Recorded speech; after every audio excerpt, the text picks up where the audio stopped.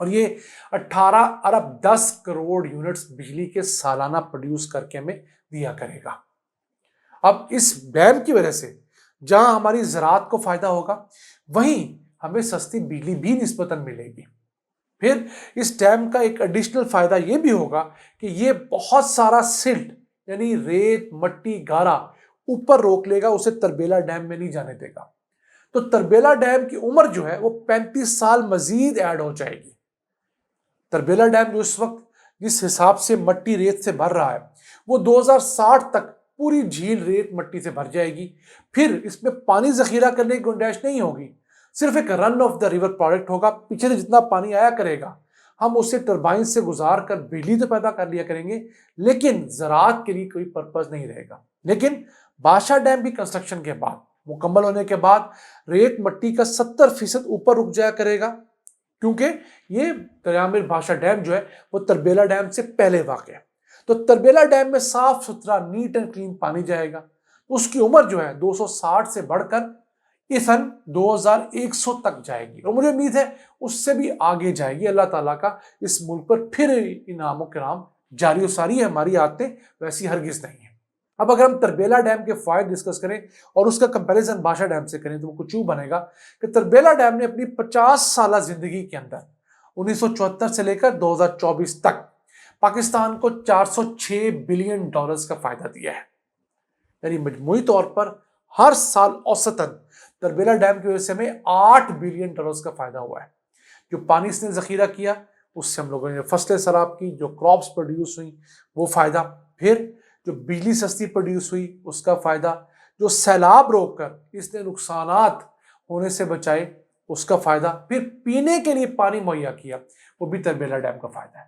تو اگر بھاشا ڈیم بھی کمپلیٹ ہونے کے بعد ہمیں $8 بلین ہی ہر سال بچا کر دے مجموعی طور پر، تو $10 بلین اس کی ٹوٹل کاسٹ ہے، کوئی راکٹ سائنس نہیں ہے۔ ہمارے حکمرانوں کا مسئلہ یہ ہے کہ وہ اس طرح کے پروڈکٹس کے لیے جیب سے پیسہ نکالتے ہوئے انتہائی کنجوسی کرتے ہیں، اور موٹر ویز بنانی ہو، میٹرو بسز بنانی ہو، ٹرینز چلانی ہو، اس کے لیے وہ کہیں نہ کہیں سے فنڈنگ ارینج کر ہی لیتے ہیں۔ اب موجودہ حکومت کا ایک شور ہے کہ بھاشا ڈیم کے لیے $3.5 بلین ارینج نہیں ہو رہے۔ آپ ہر دوسری پریس کانفرنس میں یا بھاشا ڈیم کی میٹنگ میں یہ بات سنیں گے، لیکن ہماری ایک گزارش ہے کاش حکومت سن لے کہ پاکستانیوں سے یا اوورسیز پاکستانیوں سے اس ڈیم کے لیے فنڈز اکٹھے کیے جا سکتے ہیں۔ آپ انہیں اس ڈیم کے اندر شیئر دیجئے کہ آپ آج اس ڈیم کی کنسٹرکشن میں پیسہ لگائیں، 5 سال بعد آپ کو منافع ملے گا، اور وہ منافع اگلے 30 سالوں کے لیے آپ کو ملے گا، بالکل اسی پیٹرن پر جس طرح آپ لوگ چائنیز کو پیسے دے رہے ہیں کہ آپ نے ایک انویسٹمنٹ کی اور 30 سال تک چائنیز ہم سے منافع لے کر جائیں گے۔ تو یہی سہولت آپ پاکستانی شہریوں کو کیوں نہیں دے رہے یا اوورسیز پاکستانیوں کو کیوں نہیں دے رہے؟ یقین کیجئے اگر حکومت اس کو کوئی ایک ورکیبل سولوشن میں کنورٹ کرتی ہے تو اس ڈیم کے لیے فنڈ ارینج کرنا کوئی راکٹ سائنس نہیں ہے۔ یہ 25 کروڑ کا ملک ہے، 1 کروڑ 20 لاکھ سے زائد اوورسیز پاکستانی باہر بیٹھے ہیں۔ ان میں سے بہت سارے اوورسیز پاکستانی ایسے جو پیسے والے ہیں، وہ پاکستان میں انویسٹ کرنا چاہتے ہیں، وہ چیریٹی کرتے ہیں، زکوٰۃ فطرانہ خیرات دیتے ہیں وہ، لیکن بزنس کے پرپس کے لیے ان کے پاس پیسہ ہے۔ آپ انہیں ایسا ورکیبل سولوشن دیں کہ وہ اپنا پیسہ بجائے دنیا کسی اور انویسٹمنٹ فنڈ میں ڈالنے کے اس انویسٹمنٹ فنڈ میں ڈالیں، تو یقین کیجئے اس ڈیم کی ضرورت سے زیادہ پیسہ آپ کے پاس آئے گا۔ آپ یہ ڈیم بھی مکمل کریں گے، مومر ڈیم بھی مکمل کریں گے، باقی 10 کے 10 جو ڈیمز اور ہائیڈرو پاور منصوبے ہم مکمل کر کے اس ملک کو پانی کی شارٹیج اور مہنگی بجلی سے نجات دے سکتے ہیں۔ ناظرین، یہ تھا آج کا ایپیسوڈ۔ ہم امید ہے آپ کو پسند آیا ہوگا۔ اپنی سجیشنز، اپنی آراء سے ہمیں آگاہ رکھا کریں۔ اپنے میزبان عبد الرحمان کو اجازت دیجیے۔ اللہ نگہبان۔